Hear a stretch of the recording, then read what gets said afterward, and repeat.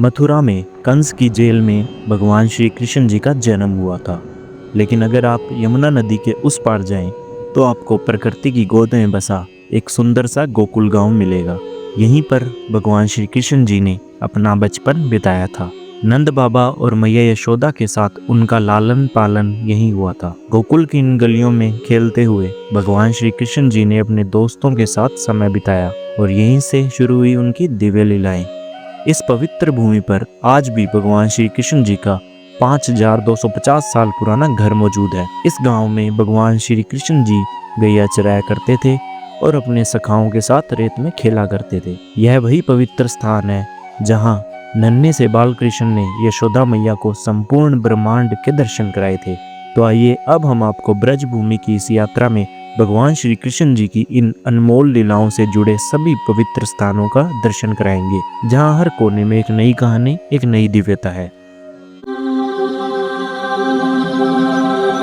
राधे राधे और राम राम मेरे सभी दोस्तों को। तो चलिए करते हैं इस वीडियो की शुरुआत और बताता हूँ आपको कैसे आप यहाँ पहुँच सकते हैं।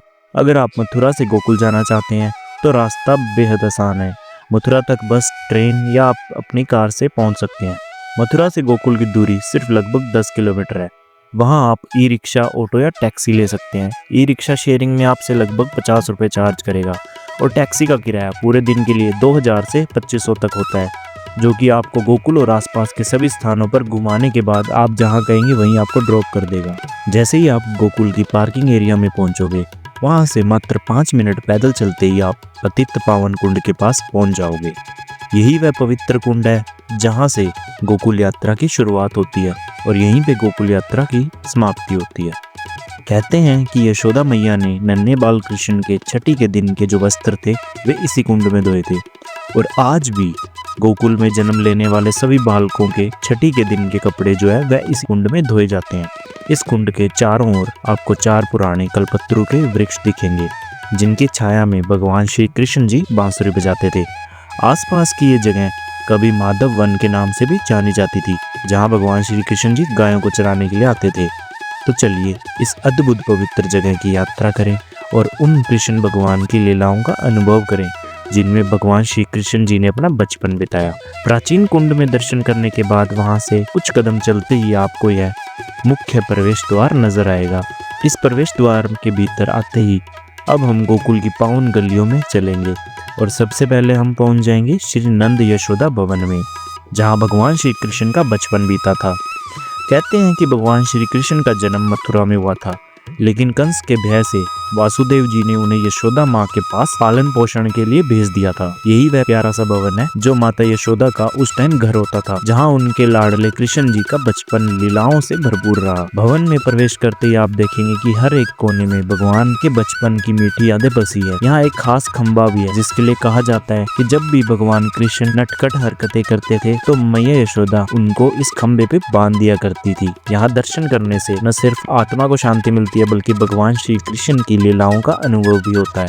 यहाँ पर दर्शन करने के बाद अब हम सब चलेंगे नंद भवन। यह भवन यहाँ से थोड़ी ही दूरी पर है और बहुत ही सुंदर इसे बनाया हुआ है। यहाँ पर आप बहुत ही सुंदर शीश महल का आनंद ले सकते हैं, जहाँ पर पूरे नंद परिवार सहित भगवान श्री कृष्ण जी के दर्शन कर सकते हैं। गोकुल में नंद भवन का बहुत ही विशेष महत्व है।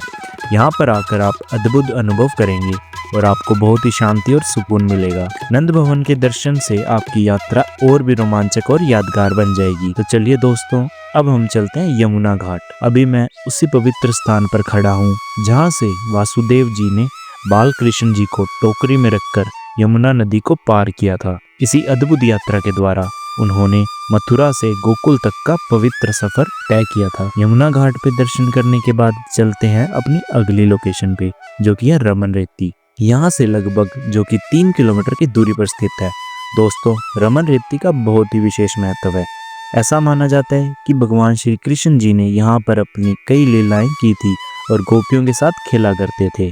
यहाँ की रेत पर लेटने और खेलने से आपके दुख और बीमारियां दूर हो जाती है। आप देख सकते हैं यहाँ कितनी भीड़ है और सभी लोग मिट्टी में लोटपोट हो रहे हैं। रमन रेती का सारा एरिया बहुत ही सुंदर है। इसमें कई आश्रम और मंदिर भी बने हुए हैं, जहां आप दर्शन कर सकते हैं। पूरे परिसर को बहुत ही सुंदर तरीके से सजाया गया है। दीवारों पर श्री कृष्ण जी के जीवन की बहुत ही प्यारी तस्वीरें बनाई हुई है। यहाँ के हरे भरे नज़ारे आपके मन को शांति और सुकून देंगे। तो दोस्तों, आप रमन रेती में दर्शन करने जरूर आइए। यहाँ की दिव्यता और सुंदरता आपके मन को मोह लेगी। रमन रेती परिसर के सामने ही एक बड़ा हिरण पार्क है, जहाँ हजारों हिरण रहते हैं। पार्क के अंदर जाना तो अलाउड नहीं है, लेकिन आप बाहर से ही इन्हें छू सकते हैं और इन्हें गेहूं और जौ खिला सकते हैं। इस परिसर में हिरणों के अलावा और भी कई जीव जंतु रहते हैं, जिन्हें आप देख सकते हैं। यह पार्क एक छोटा सा चिड़ियाघर जैसा है और यहाँ आके आपको बहुत अच्छा लगेगा। दोस्तों, रमन रेती के दर्शन और घूमने के बाद अब हम चलेंगे 84 खंबा मंदिर। यह मंदिर यहाँ से लगभग 2 किलोमीटर की दूरी पर स्थित है और इसे पुराना गोकुल भी कहा जाता है। यह स्थान भगवान श्री कृष्ण जी की अद्भुत लीलाओं का साक्षी रहा है और यहाँ का वातावरण बहुत ही अद्भुत और सुंदर है। 84 खंबा मंदिर की खास बात यह है कि यहाँ टोटल 84 खंबे हैं, लेकिन अगर आप इन्हें गिनोगे तो कभी तो 83 गिने जाएंगे या कभी 85 गिने जाएंगे, लेकिन 84 पूरे नहीं गिने जाते।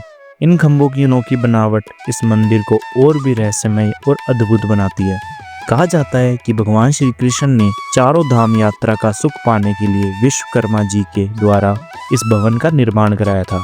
यह मंदिर भगवान श्री कृष्ण का घर माना जाता है और यहाँ का वातावरण पवित्र और शांति देने वाला है। मंदिर परिसर में और भी कई मंदिर है, जहाँ आप भगवान श्री कृष्ण के दर्शन कर सकते हैं। दोस्तों, इस पवित्र स्थान के दर्शन करने के बाद अब हम चलेंगे ब्रह्मांड घाट की ओर, जो यहाँ से लगभग 2 किलोमीटर की दूरी पर स्थित है।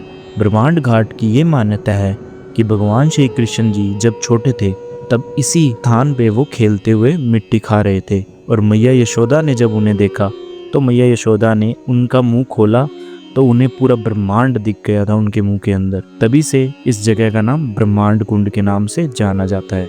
अगर आप देखोगे तो यहाँ की दीवार पे भी सेम यही चीजों की नक्काशी करी गई है। तो दोस्तों, ये थी गोकुल की संपूर्ण यात्रा।